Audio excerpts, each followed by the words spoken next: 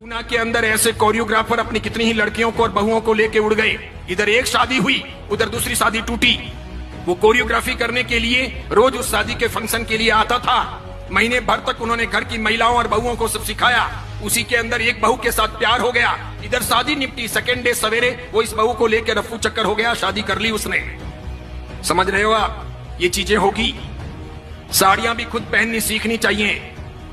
कोई fashion designer हमें साड़ी पहनाने आए और वो मर्द हो, अच्छा वो यहां तक हमें छुए और उसके साथ में हमारे घर का भाई हस्तमिलाप करेगा, साला दिमाग खराब हुआ है क्या? क्या जरूरत है ऐसी? दादियों से पूछो, उनको किसी ने छुआ था क्या? मम्मियों से पूछो, किसी को छुआ था क्या? छूने दिया था क्या? अच्छी बहनों को कोल्हापुरी पहन के रखना चाहिए, तुरंत बाहर निकलना चाहिए, एक लगानी चाहिए, कम से कम 2 दांत तो बाहर आ जाने चाहिए। नहीं आते हो तो मुझे को, मैं सिखाऊंगा आपको कैसे दांत बाहर निकालने चाहिए। इसीलिए अब ये अट्ठाई, ये ओली, ये सिद्धि तप, ये पलितना की यात्रा, ये नव्वाणु, ये उपध्यान तप पहले बंद हो।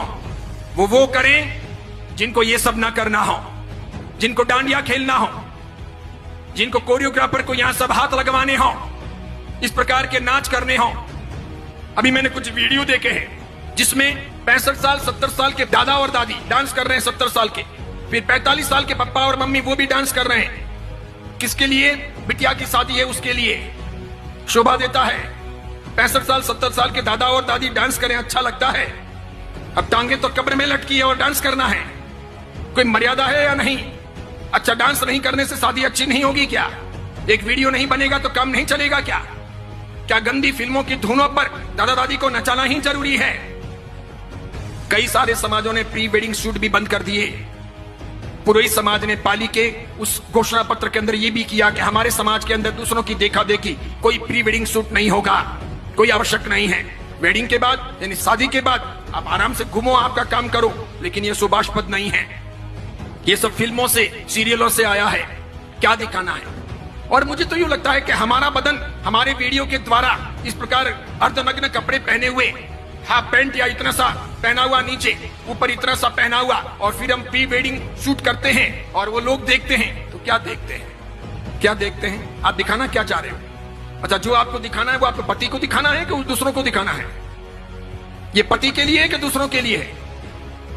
यानी आप एक सदाचारी मां बनना चाहती हो कि वेश्या रहना चाहती हो? करना क्या है? जाना कहां है? एम क्या है? उसी प्रकार पूछना चाहता हूं, जीटो की स्थापना हुई तो ये एम था क्या? कहीं जीटो के घोषणा पत्र में ये चीजें हैं क्या कि हम डांडिया रास का आयोजन करेंगे? स्थापना के दिन ही जीटो वालों को जूते पड़ गए होते। आज मेरी बात सच सिद्ध हो गई कि नए पद्मसागर जी महाराज ने बंदरों के हाथों में नारियल दे दिया, बिल्कुल दे दिया। जीटो में कई लोग ऐसे भी हैं जो सदाचारी हैं, समझदार हैं, आचार संपन्न हैं, मुझे मिलते भी हैं, अन्य महाराज साहब को मिलते हैं। कई माताएं भी ऐसी हैं जिन्होंने अपनी व्यक्तिगत जिंदगी में ऐसा कुछ किया नहीं है, वे चाहते भी नहीं है, लेकिन अपने यहां पर ये समूह जो है मिलकर के माथा फोड़ना, मेजोरिटी डेमोक्रेसी। मुझे ऐसा लगता है कि जैन समाज के कुएं में किसी ने भांग डाल दी है, सबको वही पानी सप्लाई हो रहा है, इसीलिए सामूहिक पागलपन सवार है।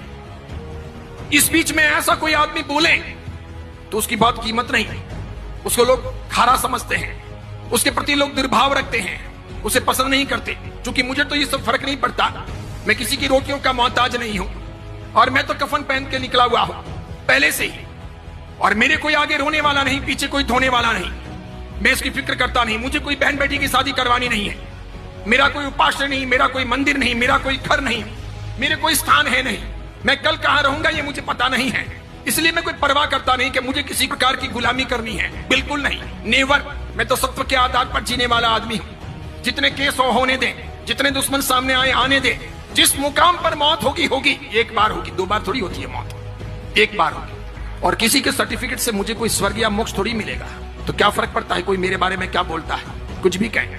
इसीलिए मेरी फिक्र मत कीजिए, मुझे चिंता है समाज की। भगवान महावीर का समाज चिंता रहा, वो पवित्र रहा, अच्छा रहा, तो साधु साध्वियों का और हमारे सब कामों का कोई वर्त रहेगा। अगर भगवान महावीर का समाज ही कमजोर पड़ गया तो मेरे एक के मजबूत होने से क्या होगा? मेरे एक के जिंदा रहने या लंबी उम्र पा लेने से भी क्या होगा? मैं व्यक्तिगत सफलताओं को समाज के सामने, धर्म के सामने महत्वपूर्ण नहीं मानता। मेरी व्यक्तिगत सफलताएं कितनी भी हों, अगर वो व्यक्तिगत सफलताएं मेरे समाज के लिए, मेरे धर्म के लिए उपयोग में नहीं आती है तो मेरा जीना हराम है। फुकट की रोटियां खा करके कोई मतलब नहीं है। इसलिए मैं सोचता हूं सफलता का पहला मापदंड कि मेरा समाज सुरक्षित रहे, साफ सुथरा रहे, मेरा धर्म सुरक्षित रहे, साफ सुथरा रहे। यह आवश्यक है। आप जैसे लोगों को क्रांति करनी चाहिए, उठना चाहिए। पूरे बेंगलुरु में यह हवा फैलानी चाहिए कि डांडिया नहीं होगा, कोई जीतो, कोई जियो, कोई अन्य संस्थाओं के अंडर में नहीं होगा। उसके लिए संस्थाएं ना बने। जो लोग भी प्रयास करें आकर के मुझे कहिएगा, मैं आपके साथ में हूं, तन से, मन से, धन से, और पूरी ताकत लगाइए। और खास करके मैं मातृ शक्ति से कहना चाहूंगा कि उठो। हमारी बहन बेटियों को, हमारी आने वाली परंपराओं को हमको भ्रष्ट नहीं बनाना है, वेश्या नहीं बनाना है। जवानी के दिन तो चले जाएंगे, उनको लोगों के सामने नहीं थिरकाना है। वो गंदे गंदे फिल्मों के गीत क्या सिखाने हैं, क्या जरूरत है, और क्या क्या होगा, और वापस रात्रि भोजन होगा। इसलिए जीतों की भलाई इसी में है कि वो समझें, वो मर्यादा में रहें, वो ऐसे काम ना करें। वो IAS IPS के लिए काम कर रहा है, वो बहुत अच्छा है, वो कीजिए। एजुकेशन के लिए, साधर्मिक भक्ति के लिए, मेडिसिन के लिए, या फिर साधु साध्वी के वैयावच यानी श्रवण आरोग्यम के लिए जो काम कर रहा है वो अच्छा है, बहुत बढ़िया है। इसके लिए वे